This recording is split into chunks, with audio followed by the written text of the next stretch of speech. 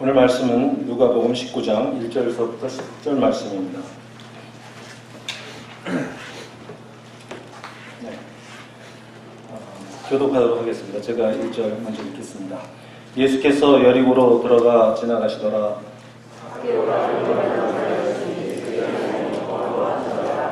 그가 예수께서 어떠한 사람인가 하여 보고자 하되 키가 작고 사람이 많아 할 수 없어.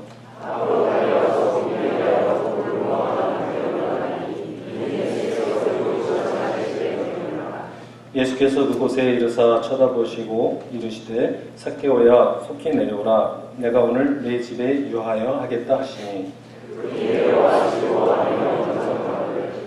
뭇사람이 보고 수근거려 이르되 저가 죄인의 집에 유하러 들어갔도다 하더라.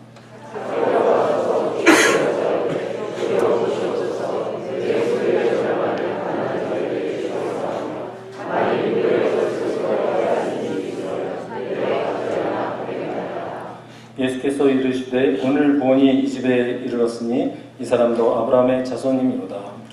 인자가 온 것은 잃어버린 자를 찾아 구원하려 함이니라.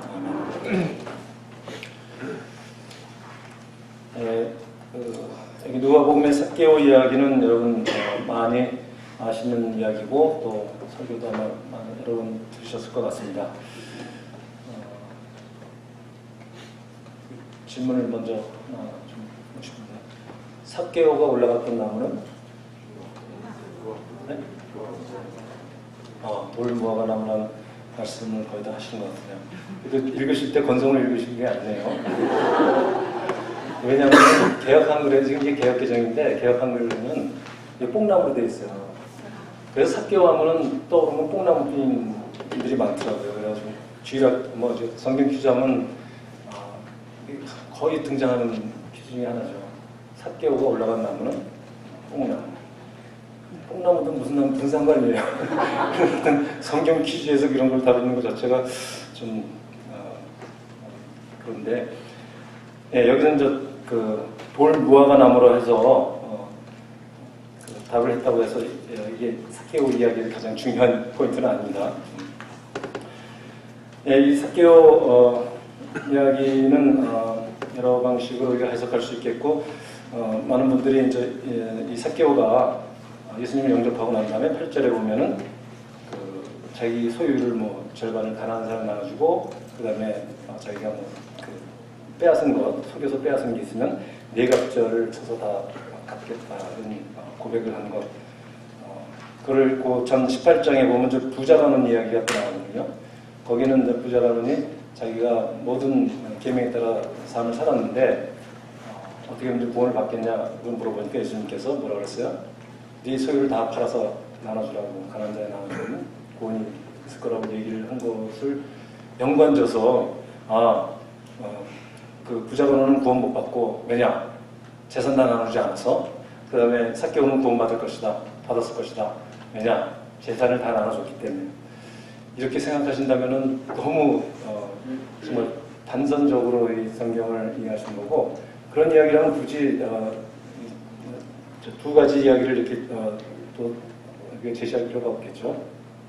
앞에 부자가 하는 이야기는 그 다음에 이제 제들 반응을 알 수 있듯이 그럼 누가 도대체 천국에 들어갈 수 있느냐? 그건 무슨 뜻이냐면 자기 재산을 다 나눠줄 사람이 이 세상에 어디 있겠느냐? 더구나 부자는 부자의 속성상 다 그런 건 아니겠지만 돈에 관심이 많은 거잖아요. 돈에 관심이 없으면 돈 모을 수 있을까요? 일단 돈에 관심도 많고 이제도 밟고 열심히 노력도 하고 해서 얻어진 결과물일 텐데 그거를 다 내주는 것은 쉽지 않은데 그거를 다 내줘야만이 그리고 다 내주고 나면 뭐 먹고 살아요. 요새 100세 시대인데. 그러니까 그런 여러 가지 걱정이 앞서면서 도대체 부자 중에 구원받을 사람이 누가 있겠느냐 이런 식으로 얘기를 하니까 예수님이 뭐라 그랬어요?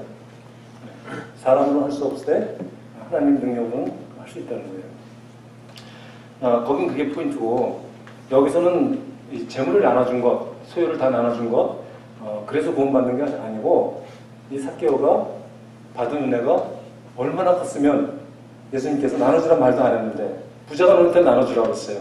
근데 말도 안 했는데 자기가 자진 헌납을 한 거잖아요. 여러 가지 차이가 있죠.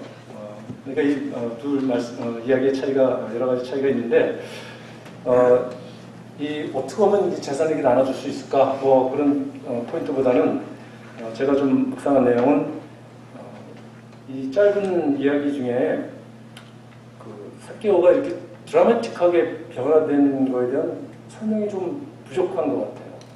여러분 혹시 그렇게 느껴보지 않으셨어요? 여기서 예수님이 하신 말씀이라고는 그 5절에 보면은 쳐다보시고 이르시되 사케오야 속히 내려오라 내가 오늘 내 집에 유하여 하겠다 하시니까 8절에 급히 내려와 즐거워하며 영접하고 그 다음에 7절에 급히 내려와 영접하고 그 다음에 8절에 이제 그런 고백을 한 거죠. 도대체 무슨 일이 일어나는지 알 수가 없어요. 이거만 봐서는. 다른 이 누가복음만 보더라도 그 이전에 보면 예수님께서 내가 의인을 불러 온 것이 아니고 죄인을 불러 회개시키러 왔다든지 그의 나라를 구하라 그리하면 이런 것들은 너에게 삶의 모든 필요한 것들은 다 너에게 더할 것이다 이런 말씀들을 하신단 말이에요. 그런 어떤 그 복음 메시지와 관련된 말씀을 하셔서 그 감동을 받아가지고 예수님을 영접하고 이런 순서가 자연스러울 것 같은데 여기서는 그냥 쳐다보고 사케오가 속히 내려와라 이 집에 유하겠다 했더니 그 한마디에 그냥 완전히 무슨 변화가 일어나는 거예요 분명히. 그 변화의 원인이나 이런 것들을 여러분이 어떻게 생각하는지 모르겠는데 제가 생각한 묵상한 내용을 좀 말씀드리면서 우리 삶에 좀 적용을 해보도록 하겠습니다. 이 사케오는 여리고는 당시 굉장히 그 부유한 도시였어요. 이스라엘에서 국경 도시인데 거기에 이제 세관이 있었고 그래서 많은 세금도 걷는 것도 있을 테고 또 저기 비옥한 땅이었다고 그래요. 그래서 굉장히 부유한 도시였고 헤로데 왕궁들도 거기 있었다는 거 보면 상당히 부유한 도시로서 많은 사람들이 사는 곳이었을 것입니다. 당시 그 이스라엘은 로마의 속국이었죠. 식민지였기 때문에 그 세금을 내야 됐어요.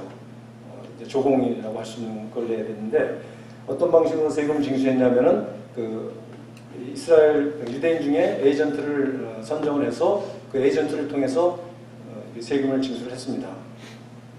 그래서 이제 에이전트를 구하기 위해서 이제 입찰을 시켜서 경쟁해서 최고가를 싸는 사람, 로마에 내가 이만큼을 내겠습니다.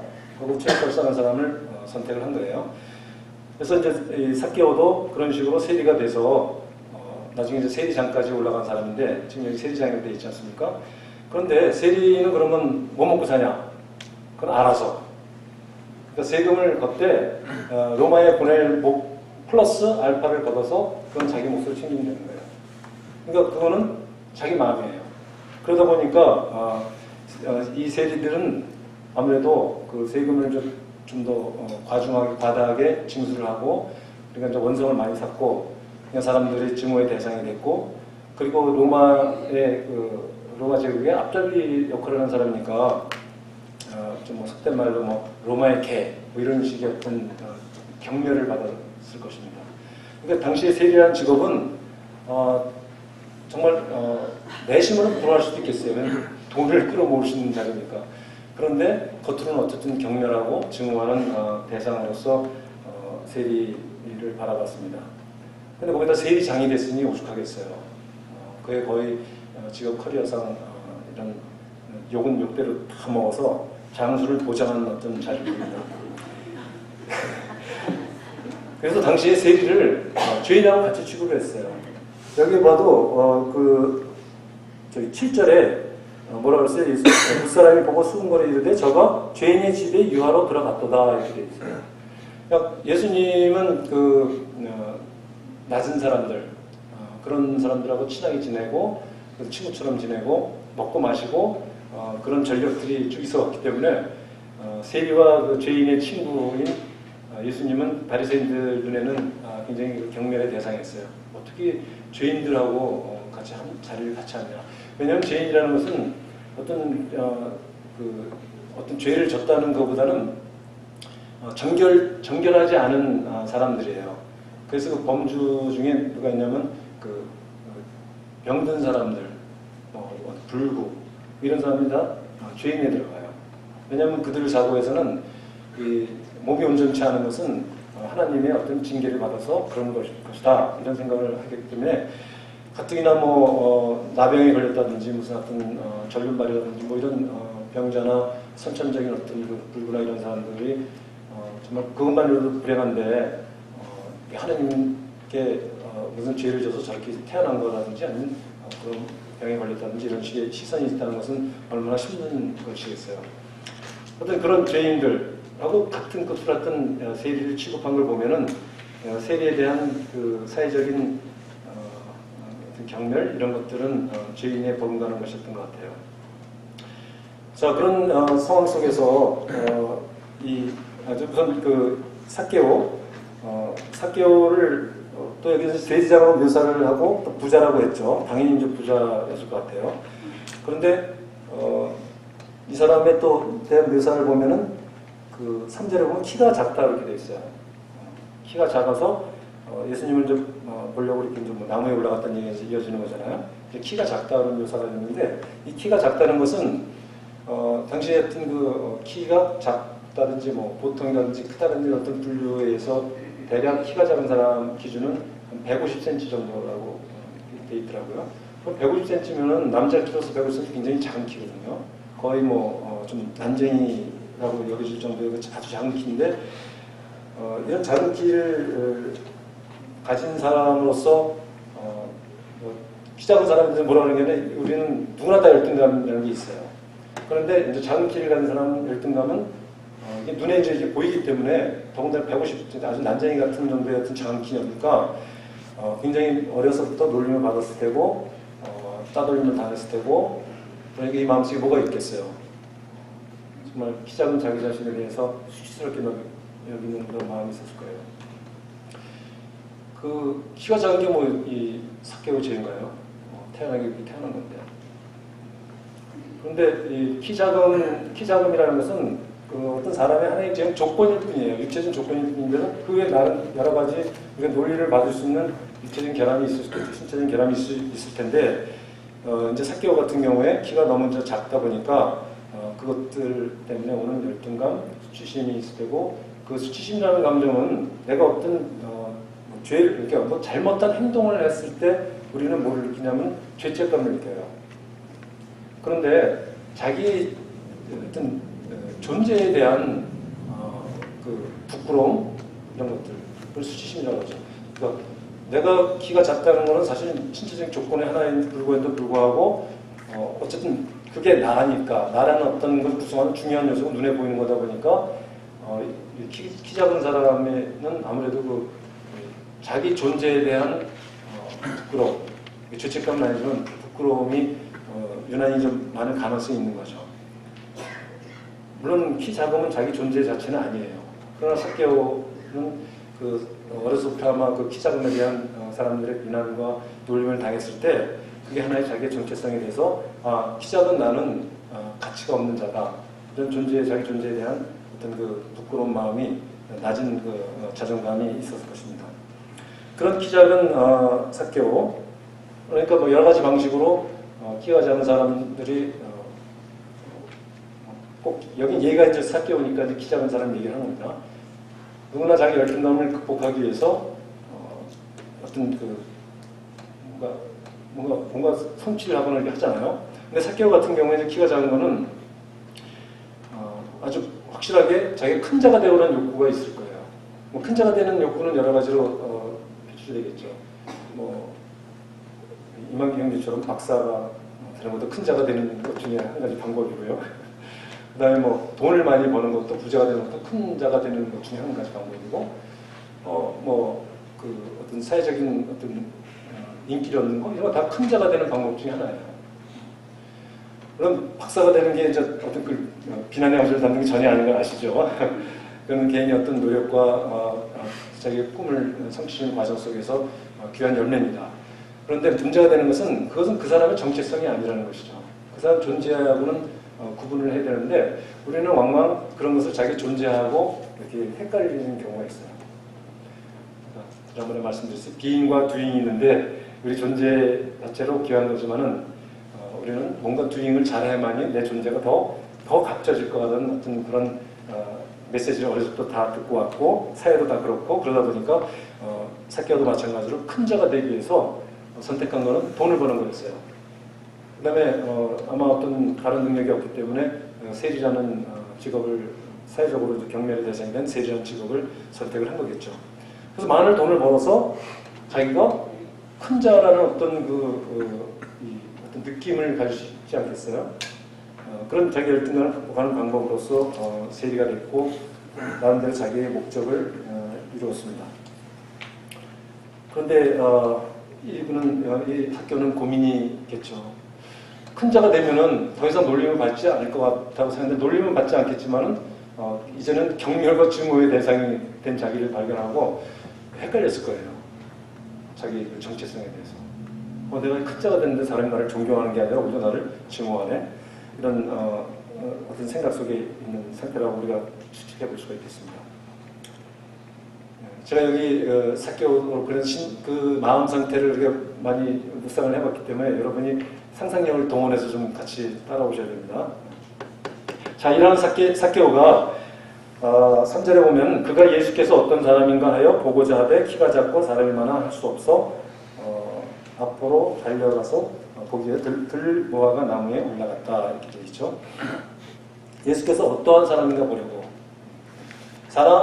예수가 누군가 보려고 그러니까 예수님에 대한 관심이 있다는 걸 보여주고 그런데 그냥 관심이 아닌 걸 알 수 있어요. 예수님 아마 이미 유명 인사였던 것 같아요. 이전에 누가복음 19장 이르기 전에 많은 기적을 행하셨기 때문에 뭐 병든 자 고친 거 말할 것도 없고 그 다음에 뭐 오병이어 기적도 행하시고 그래서 이미 많은 기적을 행해서 사람들의 인기를 지금 한 몸에 모으고 있는 상태였을 겁니다.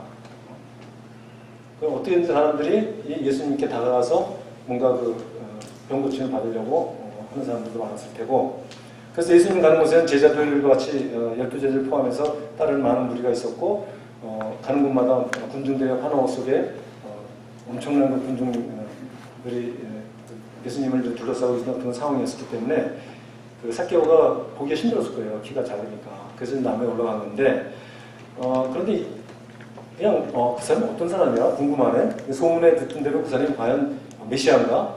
그러니까 예수님이 그런 병고침에 기적을 행하시고 이런 것들은 물론 마음에 그들에 대한 불쌍한 마음을 갖고 계셨죠. 그러나 그 자체가 목적은 아니었어요.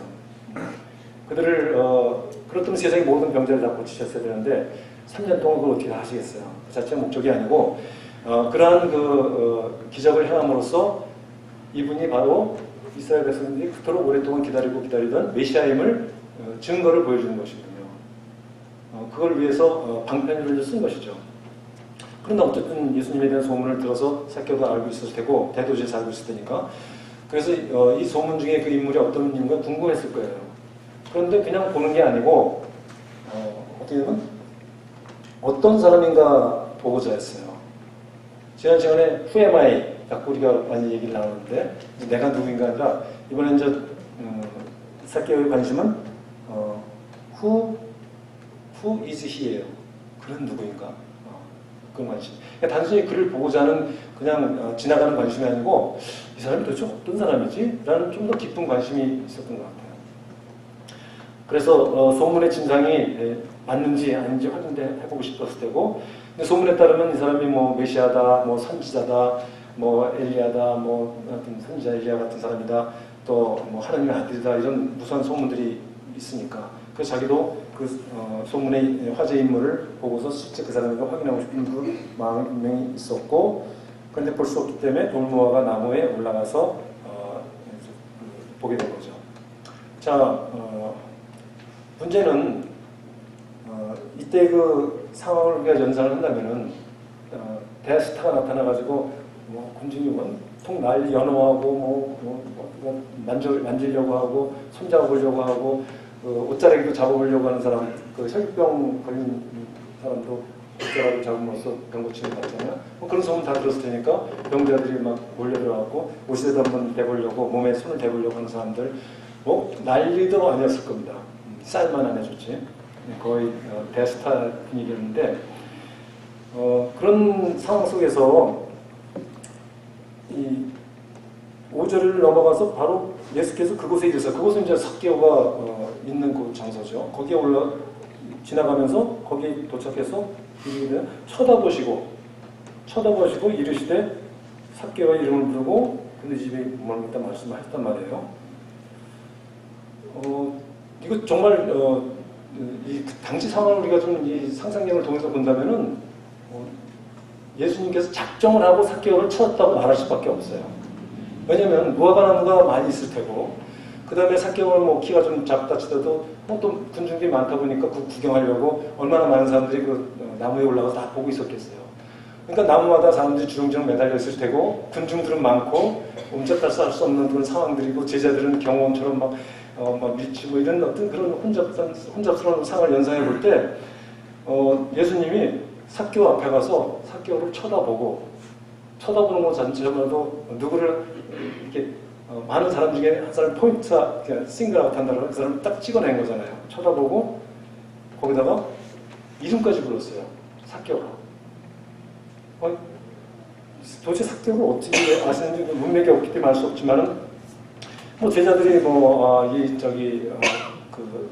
여리고성에 가시면은 거기 삭개오라는 세장이 있는데 아주 악명이 높습니다. 우리 이런 얘기 정도는 들었을지 모르겠어요. 근데 그가 키가 굉장히 작고 뭐 이런 얘기를 들었을지 모르겠지만은 삭개오는 지금 나무에 올라 있기 때문에 키가 작은지 큰지 알 수도 없어요. 그러니까 그 사람이 삭개오구나 이렇게 알 수 있는 상황이 전혀 아니에요. 그런 상황 속에서 예수님께서 그 삭개오를 찾아내서 했다는 것은 그분의 어떤 예수님이니까 신적인 어떤 능력도 분명히 있을 거는 우리가 생각해 볼 수 있겠고요. 어쨌든 그러니까 삭개오 입장에서는 너무 놀라운 일이죠. 예수님께서 와서 그 많은 사람 중에 자기를 딱 쳐다보고 삭개오야 그러면서 오늘 내가 내려와라, 내가 오늘 이 집에 머물겠다 이렇게 말씀하셨습니다. 순간 얼음 삭개오도 놀라서 말을 잃고 군중들도 놀라서 말을 잃고 지나가는 새들도 놀라서 날개를 멈추고 그런 상황. 오직 예수님만 놀라지 않은 그 상황. 한번 생각해 보세요. 컴컴한 극장에서 연극을 보는데 스포트라이트가 탁 주인공을 비추고 있는데 갑자기 스포트가 촥 바뀌면서 아주 조연급의 형편없는 사람을 쫙 비췄을 때 주인공은 스포트라이트를 즐기고 있는 사람이지만 그 조연을 딱 비췄을 때 모든 사람의 시선이 일단 그걸 딱 갈 거 아니에요. 그때 발견한 게 누구예요? 삭개오예요. 세리장. 악명 높은 경물과 증오의 대상. 보는 순간 사람들이 속으로 뭐 우하는 함성이 야외의 함성이 있을 수도 있고 어쨌든 그 사람들은 뭐야 저 삭개오 아니야? 저런 로마의 X가 이런 비난하는 소리가 들렸을지도 모르겠어요.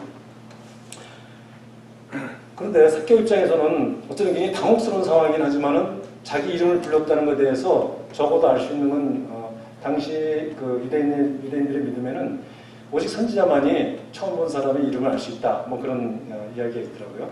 그러니까 자기 이름을 부른 예수님은 선지자임에 틀림이 없구나 라는 어떤 그 확신을 갖게는 됐을 겁니다. 자, 그런데 그분이 쳐다보고 이름을 부른 것도 놀라운데 내려서 너 집에 거하겠다 이렇게 자기 죄인 취급받는 사람인데 자기 집에 거하겠다는 말을 하니까 삭개오 입장에서 한번 생각해 보세요. 자기 이름을 부른 것은 감동입니다. 대스타가 정말 아무것도 아닌 자를 아무것도 아닐 뿐만 아니라 경멸과 증오의 대상인 자를 자기를 와서 친히 불러주시고 그리고 같이 그 집에서 자겠다는 얘기는 같이 먹고 마시고 그 얘기도 나누고 그런 얘기를 포함하는 거잖아요. 자기와 마치 굉장히 오랫동안 친한 친구를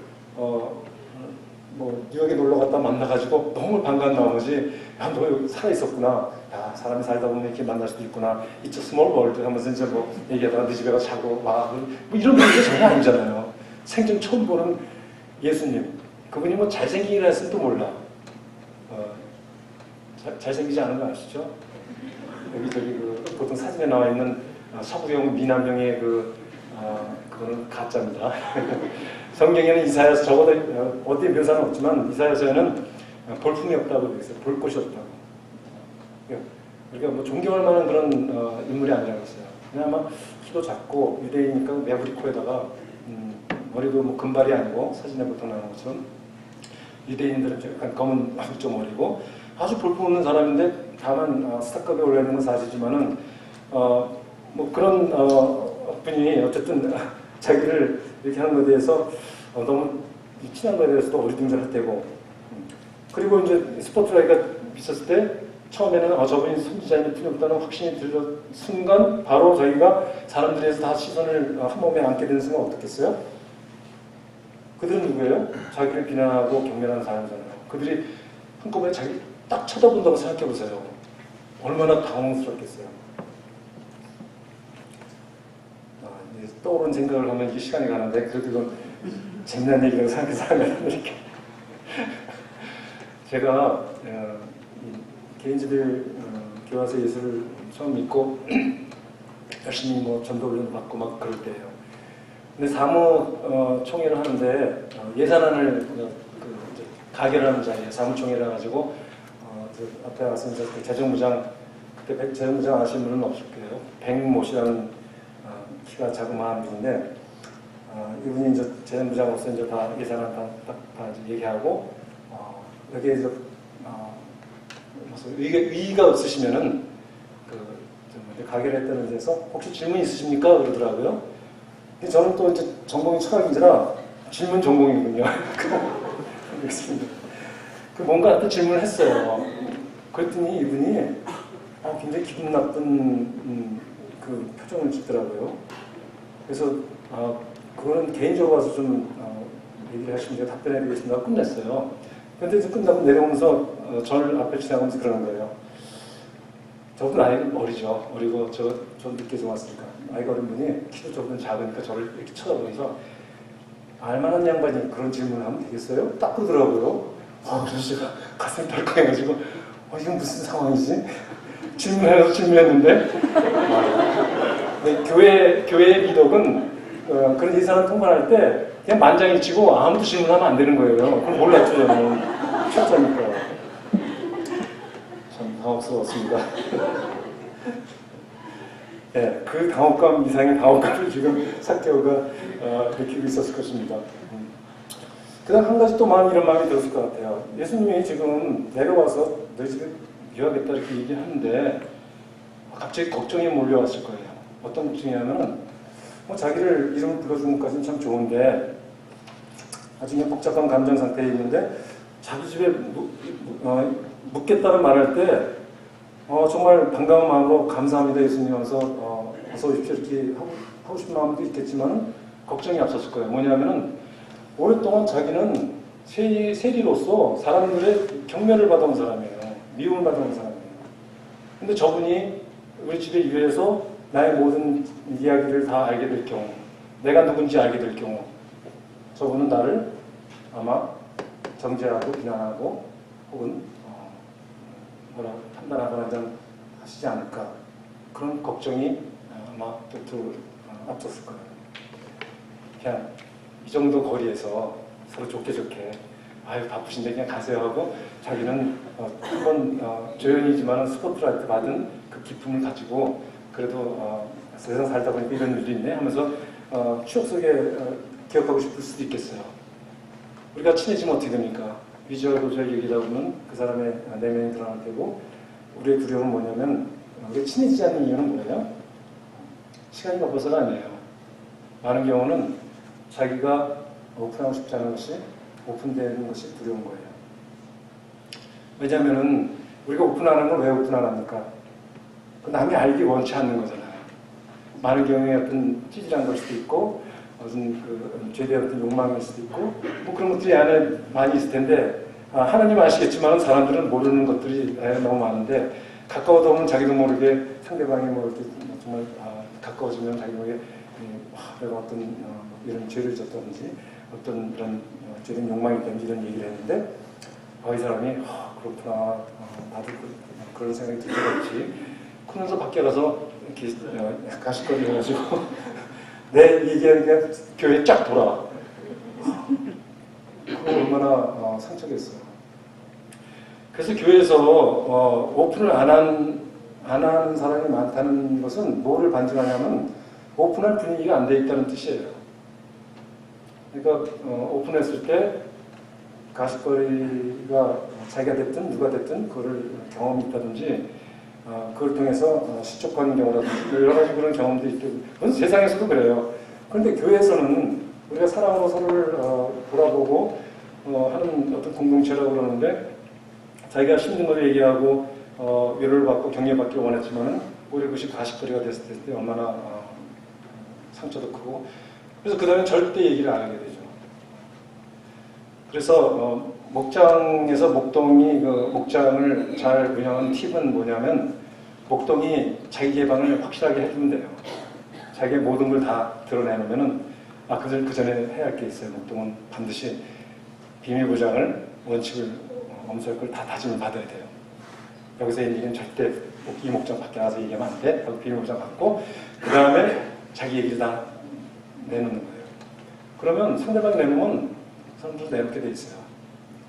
그러면서 거기에 두려워서 내놓지 않았는데 내놨을 때 거기서 내는 사람이나 어떤 내는 사람 특히 자유함을 느끼게 돼요. 왜냐면 내가 안에 숨기고 있는 것은 늘 남이 알까 걱정이 되는 내용들이라면은 그걸 신경 쓰게 돼 있어요. 그렇잖아요. 늘 자기도 모르게 신경을 쓰는 거예요. 혹시 내가 말 중에 실수해서 내가 어떤 생각 같은 게 드러나지 않을까? 신경을 쓰고. 그런 거는, 그런 게 많을수록, 정말 인생 피곤하게 사는 겁니다. 우리가 노동하는 시간이 많아서 피곤한 것만이 아니고, 우리는 그 눈에 보이기 때문에 그런 시간을 줄이고, 행복 어쩌고 얘기하지만은, 사실은 우리 마음 안에 그렇게 우리 갖고 있는 부정적인 것들이라든지 이런 것들이 많을수록, 오픈되지 않는 게 많을수록 우리는 뭔가 힘을 쓰고 있어요. 어떤 힘을 쓰냐면 멘탈 에너지를 쓰고 있어요. 정신 에너지를 쓰고 있는 거예요. 육체적인 에너지가 아니고. 인간은 누구나 에너지는 제한되어 있습니다. 인간이기 때문에.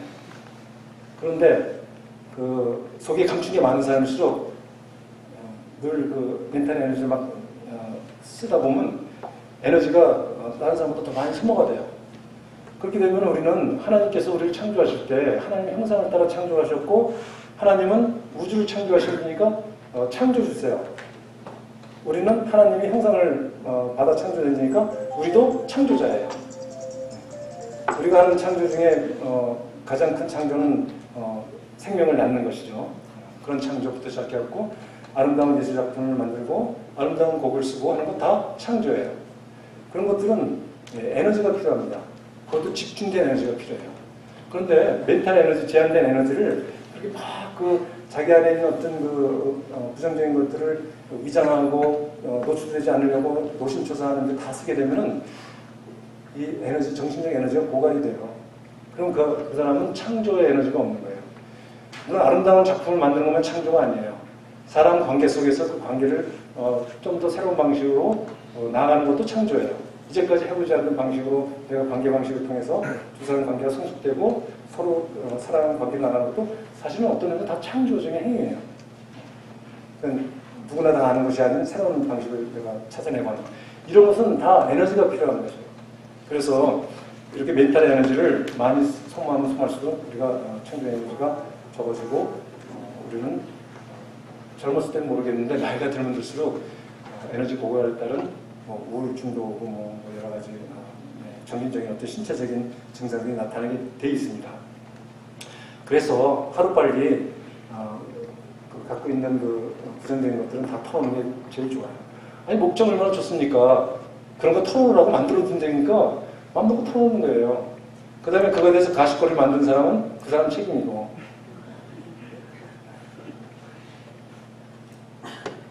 그래서 우리는 내가 자유롭게 되기 위해서라도 털어놔야 됩니다. 오픈을 해야 되고 그것이 성숙이라는 길이고 그런 자아개방이 없는 사람들은 성숙하기 힘들어요. 그리고 자기의 신앙 성숙의 정도를 알기가 힘들어요. 왜냐하면 밖에 내놨을 때 이렇게 체크되는 것을 눈으로 볼 수가 없으니까. 그래서 내가 몸을 내놨는데 그것 때문에 내가 상처를 받으면 그게 나의 아킬레스 건인 거예요. 그 문제를 다루면 되는 거고. 그래서 진리가 너희를 자유롭게 하는 말 중에 중요한 부분은 우리 내면 세계의 자유함입니다. 그 알레테이아가 뭐라고 했어요? 벌써 잊어버리셨어요? 이 말에 힌트가 있습니다. 알레테이아 헬라어 말로 진리인데 레테가 뭐라고 했어요? 망각이라고 그랬죠? 여러분이 그 말을 지금 기억 못했다면 진리를 아마 의도적으로 망각하셨을 것 같은데 망각, 은폐 이런 뜻이 있죠. 그러니까 망각, 은폐예요. 그러니까 내 안에 은폐된 것이 많을수록 나는 진리 안에서 자유케 됨이 아닙니다. 그래서 오픈 마인드, 자기 개방, 이거는 그 가십거리를 위한 제물로 내가 드리는 게 아니고요. 내가 진리 안에서 자유케 되기 위함이고 그것이 진정한 어떤 자유를 이루게 주기 때문입니다. 그리고 창조적인 에너지를 쓰고 그런 소모 에너지를 없애고 창조적인 에너지로 그것을 쓸 수 있는 기회가 더 많아지는 것이기 때문입니다. 예, 다시 사케로 돌아가서 제가 이렇게 생각나는 것을 줄여야만이 설교 시간이 줄어드는데 벌써 10분 이상 한 것 같은데요. 네. 자, 여기서 사실은 제일 메인 디시인데, 자, 그러면은 어떻게 해서 이 사케오가 이런 혼란된 상황 속에서 여러 가지 막 생각이 막 그 양가 감정, 뭐 다가 감정이 있는 이런 상황 속에서 어떻게 해서 어쨌든 급히 내려왔을까? 내려왔을 뿐만 아니라 즐거워하고 영접했다고 그랬어요. 물론 이 영접이 예수님을 구원자로서 주님으로서 고백한 그런 말이었기 때문에 그래도 한 축은 그런 것 같아요. 그래서 예수님 내려와서 즐거워하고 기뻐했다고 이렇게 되어 있거든요. 자, 그럼 이걸 어떻게 우리가 이제 설명할 수 있을까를 여기서 진짜 상상력을 발휘해야 되는데 저는 설교 제목에 말씀드렸듯이 예수님의 시선을 생각해 봤습니다. 그분의 눈빛을 생각해 봤어요. 자, 예수님이 사케오를 의도적으로 찾아가서 만나셨어요. 그리고 아이 컨택을 하고 말씀을 하셨어요. 사케오는 어떤 사람입니까? 사람들의 어떤 비난을 받는 사람 입장에서는 이 사람은 사람들을 잘 쳐다보지 못했을 거예요. 왜냐하면 그 사람을 쳐다보는 순간 그 눈빛에 그 경멸해진 눈빛을 내가 대면해야 되니까 애써 눈빛을 보려고 하지 않고 고개를 돌리거나 사람을 쳐다보지 않고 얘기하거나 그런 캐릭터의 가능성이 굉장히 많습니다. 그리고 내면에 자존감이 낮은 사람일수록 사람을 잘 못 쳐다보죠. 그 단순히 뭐 이렇게 저 사람은 샤이해서 그래 뭐 그런 부분도 있을 수 있죠. 그러나 샤이한 사람일수록 내면에 있는 게 많은 사람이거든요. 사실은 외향적인 사람은 그런 걸 자꾸 던져버리는 사람이고 그러니까 내면에 많은 것이 있다는 반증일 수도 있고 그렇기 때문에 이런 사람들은 눈빛을 상대방 눈들을 아이 컨택을 잘 안 하려고 하죠. 그래서 군대에서 여자는 모르겠지만 군대에서 그 자기 고참을 똑바로 쳐다보면 큰 죄예요. 그냥 눈을 보는 순간 그 인간이 느껴지거든요. 그러니까 뭔가 야비한 짓을 할 수가 없으니까 고참은 그때 바로 하는 말이 뭐냐면 어딜 쳐다봐 눈 깔어. 그 한국의 문화는 유교 문화잖아요. 어른하고 얘기하는데 눈을 똑바로 뜨고 쳐다보면 이건 굉장히 무례한 거예요. 그래서 어딜 쳐다보냐면 대략 눈 언저리, 이마, 코, 대충 딴 데를 이렇게 대충 쳐다보. 너무 딴 데 쳐다보면 또 뭐라고 그러니까 왜 딴짓 하냐고 그러니까 대략 눈을 붙이지 않으면 컨택을 안 하면서 언저리 이렇게 쳐다봐야 되잖아요. 저도 그런 문화 속에 살다가 미국에서 오해를 많이 받았는데 교수하고 얘기하는데 교수님인데 언저리를 이렇게 쳐다보면은 굉장히 언짢아하더라고요. 처음엔 그걸 못 느꼈어요. 근데 나중에 무슨 관심을 자기 말을 이렇게 흘려듣는다거나 자기 좀 이렇게 좀 진지하게 얘기하지 않는가 이런 생각을 하는 것 같더라고요. 여기서는 아이 컨택 문화잖아요. 딱 아이를 눈을 딱 쳐다봐야 되는 거예요. 그래서 그걸 극복하지도 문화 그러니까 컬처럴 샥이었죠. 지금은 눈을 이제 쳐다봅니다. 그런데 제가 옛날 쳐다본 거하고 지금 좀 달라요. 옛날에는 이제 여기 누나가 눈 쳐다보니까 눈반기 막 무작정 쳐다봤어요. 쳐다보고 그 사람이 얘기하는 또 이제 영어가 잘 안 들리니까 속으로 저 사람한테 말할 거를 내가 머릿속으로 생각하면 문장을 작성하느냐고 쳐다보고 머릿속에 딱 생각했어. 그리고 내가 문장을 다 작성해가지고 말을 하려면 이미 딴 주제로 넘어가. 그럼 동공이 흔들리면서 어쨌든 그냥 눈만 쳐다봤는데 이제는 나이도 들고 또 이제 상담도 이렇게 하고 하는 과정 속에서 눈을 이제 쳐다볼 줄 알게 됐어요. 그 사람의 눈을 보면 이게 눈이 마음의 창이구나 그런 거를 이제는 조금 알겠더라고요. 예수님이 누굽니까? 우리 선지자도 모르는 사람 처음 만나면 이름을 아는 정도인데 예수님은 우리 인간의 모든 것을 아시는 분이에요. 그분이 그 신이시니까 하나님 아들이니까 그래 이렇게 얘기만 해버리면 얘기 안 돼요. 왜냐하면 이분은 하나님 아들이시면서 또 100%또 인간이라고 우리는 얘기하고 있죠. 모순이지만은 그렇게 설명할 수밖에 없어요. 100% 하나님이면서 100% 인간이시다. 그래서 이분은 아마 그 성령 충만한 가운데 늘 계시고 그다음에 하나님의 뜻에 따라 늘 사시기 때문에 인간의 모든 것을 꿰뚫어 볼 수 있는 그런 통찰력이 있으신 것 같아요. 그러니까 우리 사람도 사람을 많이 대하고 하다 보면 어떤 통찰력이 생기잖아요. 딱 한 번만 봐도 관상 보듯이 그 사람의 어떤 캐릭터라든지 이런 것들을 알 수가 있고 몇 마디 나눠보면 그 사람의 어떤 많이 알 수 있잖아요. 그 사람의 그 능력이 있는 걸 보면 예수님께서는 우리 그 모든 것을 다 꿰뚫어 보시는 분이라고 볼 수가 있고 그러면서 이 삭개오를 바라볼 때 그것은 어떤 의미냐면 삭개오의 그 열등감으로부터 시작된 키 작은 열등감으로 시작된 큰 자가 되고자 했던 그 인생의 모든 그 분투들, 노력들 그거 큰 자가 되면 자기가 존경받고 시민자로서 뭔가 힘을 발휘할 줄 알았는데 오히려 경멸과 증오의 대상이 돼서 상대방 눈도 제대로 쳐다보지 않은 사람이 된 자기 자신의 모습. 그래서 도대체 혼란스러워 있는, 도대체 어떻게 내가 행복할 수 있을까 거기에 대한 답변을 스스로 내리지 못하고 있는 그 상태에 있는 사람. 그걸 꿰뚫어 보셨을 거예요. 그 삭개오의 눈을 쳐다봤을 때 삭개오는 자기 이름을 부르는 거에 놀라가지고 도대체 이분이 누군가 하고 아마 아이 컨택을 했을 거고 예수님과 시선이 마주치는 순간 그분의 시선 속에 느껴오는 자기에 대한 깊은 자신을 온전히 다 이해하고 자기를 받아주시는 눈빛. 조롱하는 눈빛이나 경멸하는 눈빛이나 판단하는 눈빛이 아니고 비난하는 눈빛이 아니고 그냥 나를 있는 그대로 이게 받아들이는 듯한 그 눈빛. 약간 낭만적으로 얘기하면 거기에 퐁당 빠지고 싶은 그런 눈빛. 연애할 때 그런 로망이 있죠. 호수 같은 눈 속에 빠지고 싶은 것. 예, 예수님의 시선을 바라봤을 때 삭개오가 그 깨닫은 것은 나를 온전히 받아주시는구나.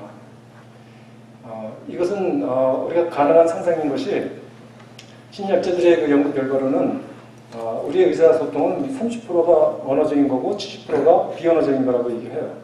그러니까 제가 말씀드렸잖아요. 표정이나 눈빛 이런 것이 다 비언어적인 건데 그걸 통해서 우리가 의사 전달이 되는 것이고 사실 우리가 누가 특히 사람과 얘기할 때 로봇이 아닌 사람과 얘기할 때 그 비언어적인 것을 관심을 갖지 않으면은 그 사람의 언외의 어떤 의도라든지 혹은 그 숨은 뜻 그것도 포함해서 진정성 특히 진정성 같은 거는 말만 가지고는 알기가 힘들어요.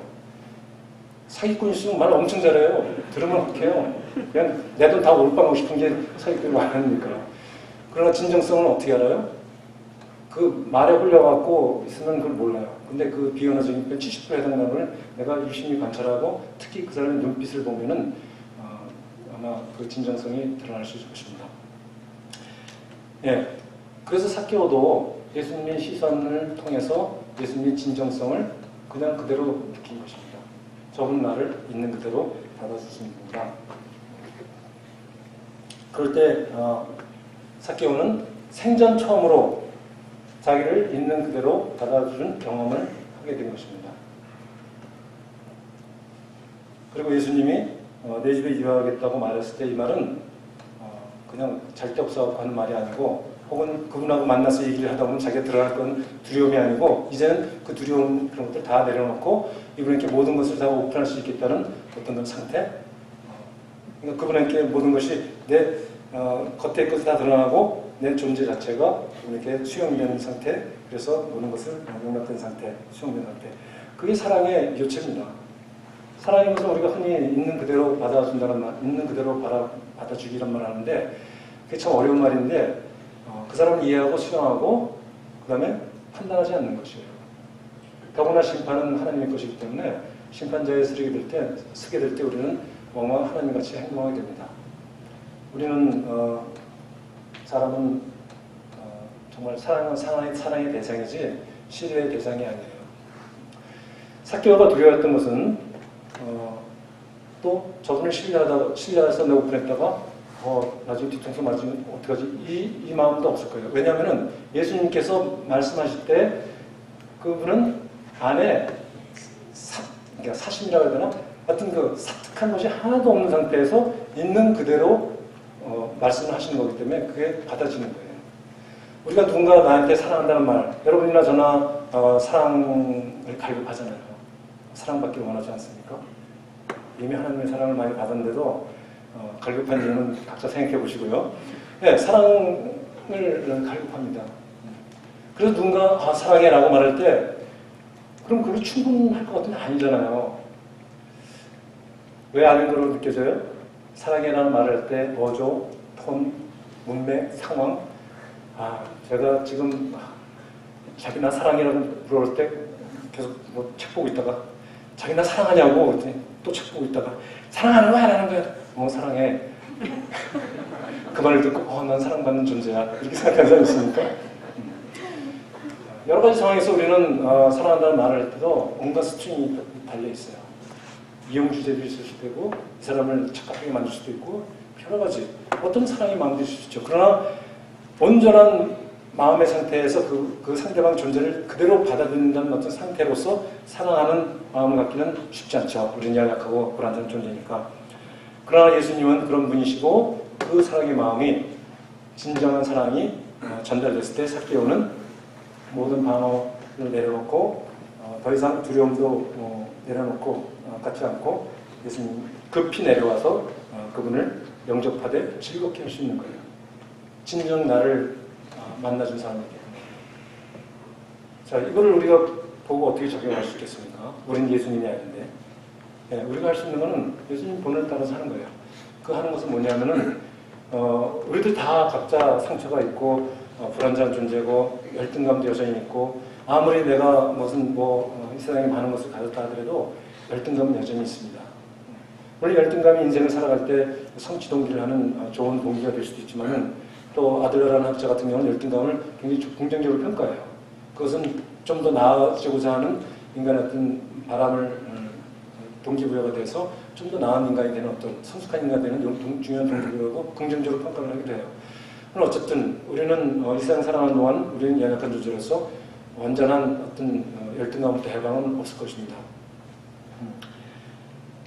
그럼 우리가 어떻게 적용하냐면은 할 수 있는 만큼 하는데 그러면 삭개오에 대한 예수님의 마음은 어떤 거냐면 이 삭개오에게 좋은 경험을 한번 하게 해주는 거예요.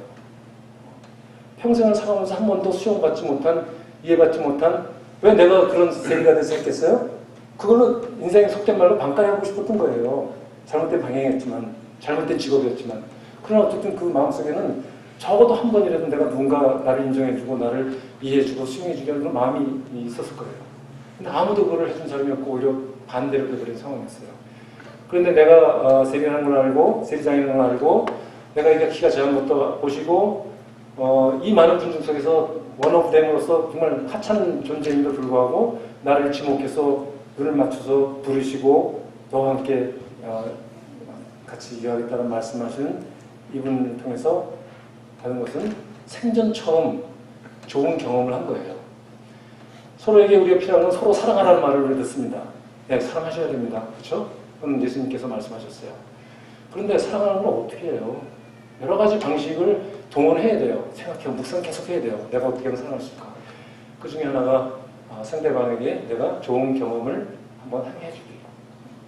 상대방 내가 사이가 뭔가 서로 선택하고 서로 약간 그 껄끄러운 사이가 됐어요.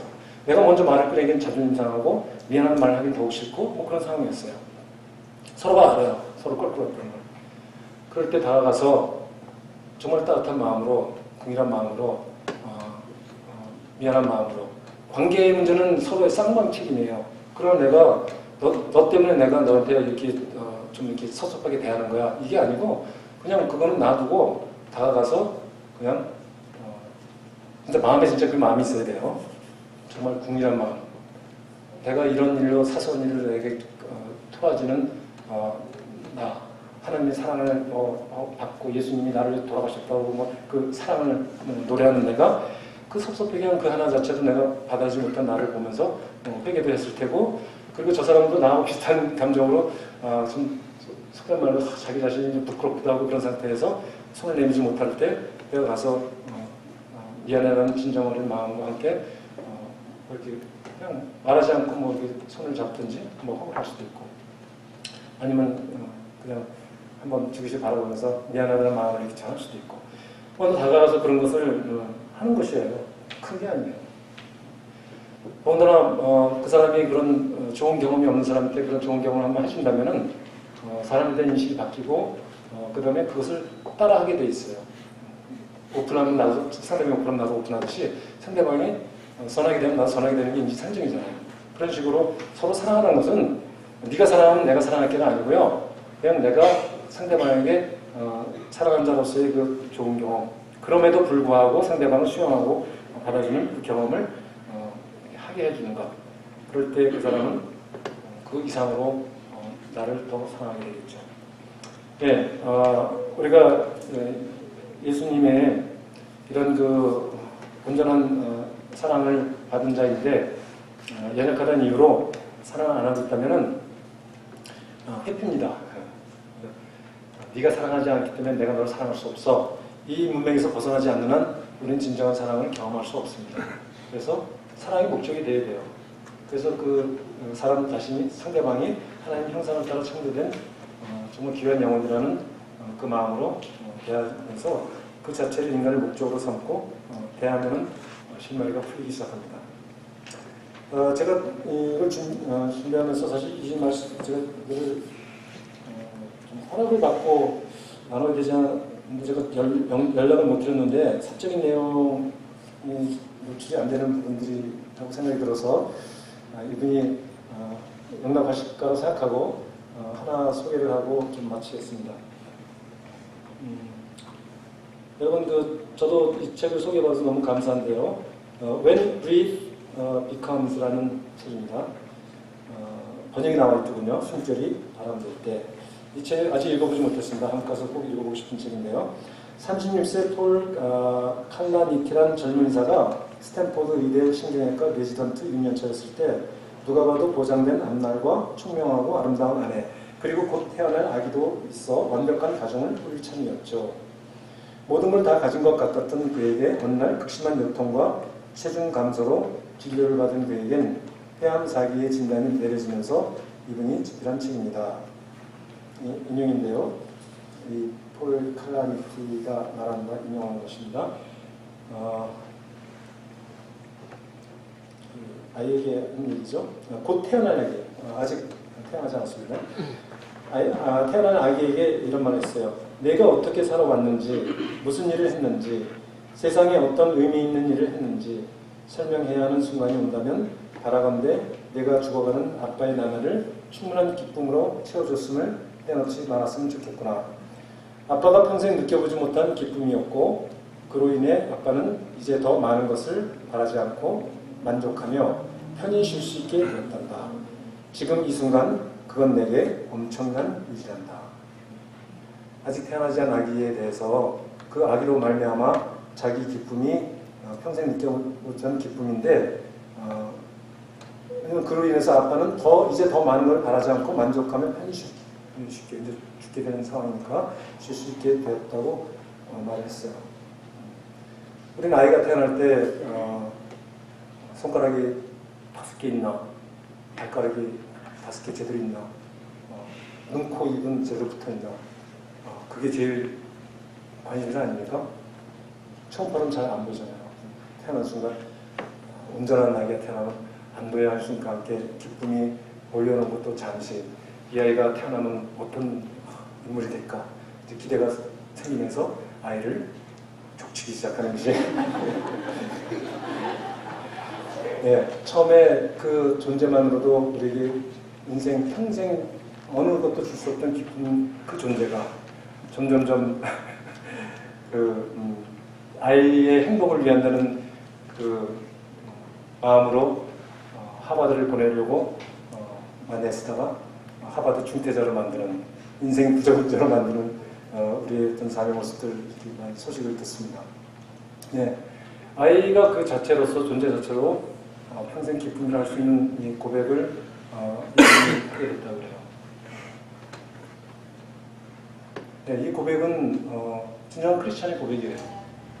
우리가 존재 자체를 기뻐하는 경험을 우리가 어렸을 때 부모가 그때 한순간 존재 자체로 기뻐하는 그 순간이 있지만 그건 부모가 느꼈던 거 내가 알 수 없었기 때문에 내가 존재 자체로 기쁨을 받은 것을 기억을 못해요.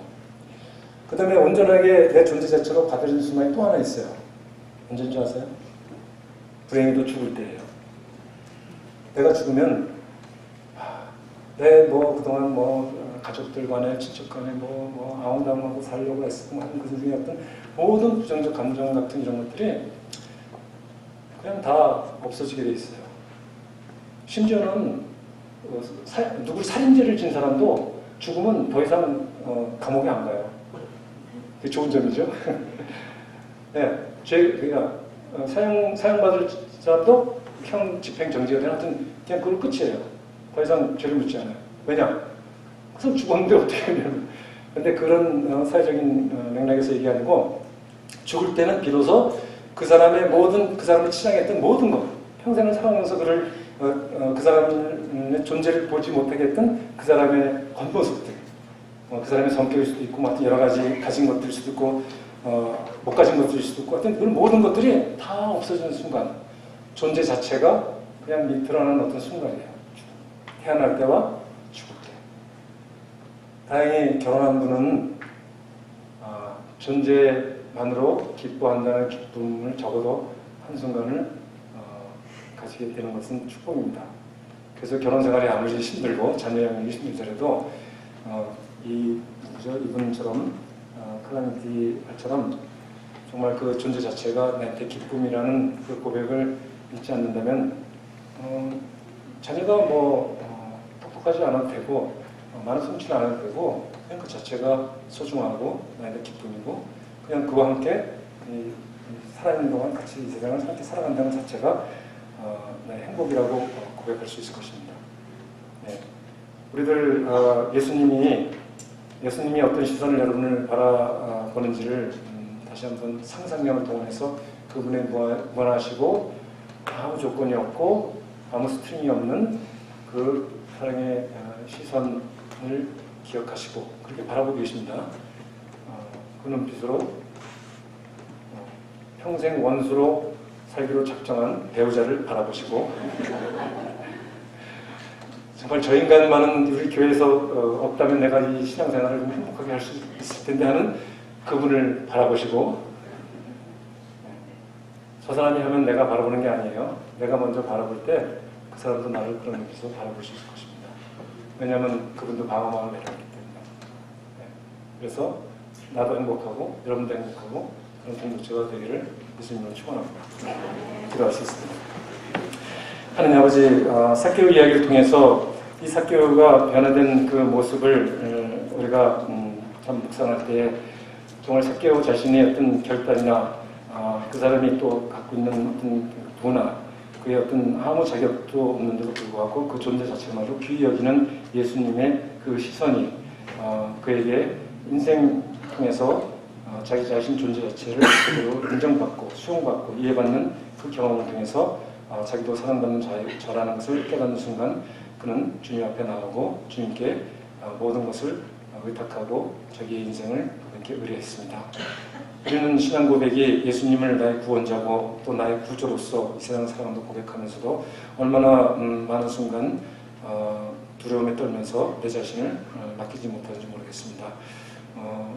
우리 사랑하는 지체 서로가 서로에게 상대방을 이렇게 품고 안아줄 수 있는, 그래서 예수님의 그 사랑의 그 기쁨을 조금이라도 맛보게 해줄 수 있는 그런 지체로서 우리에게 주어진 시간 그렇게 많지 않지만은 그 시간 동안 할 수 있는 만큼 최선을 다해서 우리에게 주어진 관계 속의 소중한 사람들을 품고 사랑하기로 작정합니다. 주님 저희의 마음을 좀 깊이 뽑아주시고 이 길을 온전히 갈 수 있도록 주님 함께하여 주시옵소서.